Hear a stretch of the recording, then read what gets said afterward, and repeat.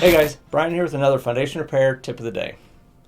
So we talked about square shaft helicals. Now we're going to talk about round shaft helicals. We utilize round shaft helicals for vertical loading and underpinning. So anything that's going to go straight down, we utilize a round shaft. The reason being is that it absorbs the eccentric loading and lateral loading way better than its counterpart, the square shaft.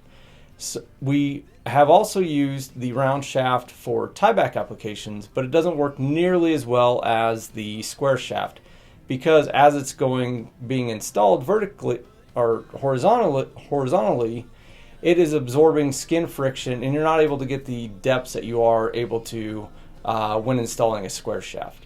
So keep that in mind.